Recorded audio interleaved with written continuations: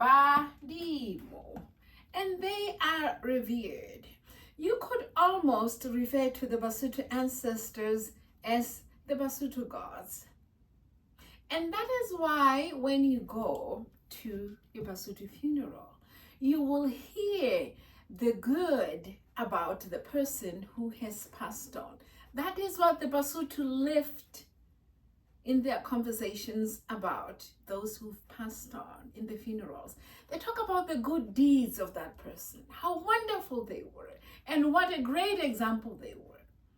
For the Basotho, that is not the time to talk about the bad actions or whatever it is that was not considered a good example by the ones who have passed on. We don't talk about that.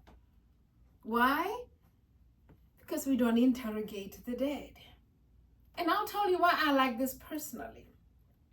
As an activist, I like this about the Basotho culture because I believe that when I say something about somebody, they should have the opportunity to defend themselves.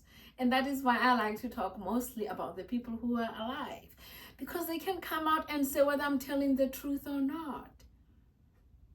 I don't think it's fair to do the same of the deceased. And of course, that's just my personal, that's my preference. And that is why I love this part of the Basotho culture so dearly, that we don't believe in interrogating the dead.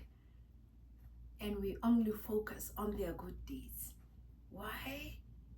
Because they are the Basotho gods. Yes. And they're the gods we know.